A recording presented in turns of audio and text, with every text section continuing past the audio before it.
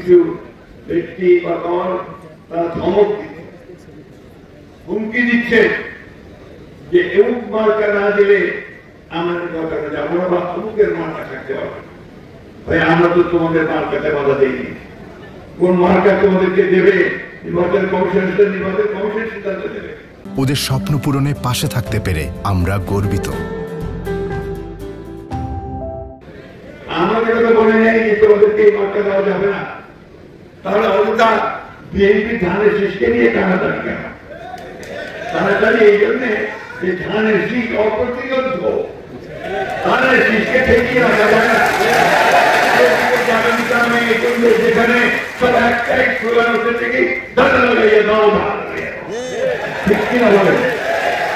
এই কথা হচ্ছে ওই জন্যই ওকে উঠতে হবে, ওটা আটকে নিতে হবে।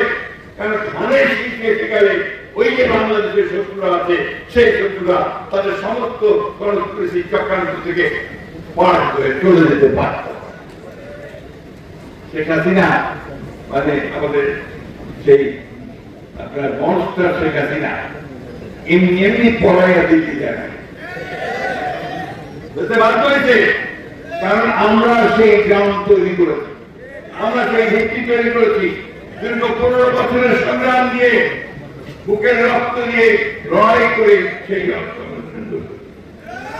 সুতরাং কেউ যদি আমাদেরকে প্রশ্ন করে, কোশ্চেন করে, এই কথা কুকুরকে স্পষ্ট করে বলতে পারবেন, জোর গলায় বলবেন গণতন্ত্র আমরা এনেছি, সংস্কার আমরা এনেছি, এই গণতন্ত্রকে প্রতিষ্ঠিত করবো আমরাই।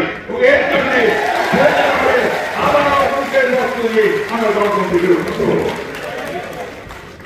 বন্ধুগণ, কয়েকদিন লাফালাফি করলে গণতন্ত্র হয় না।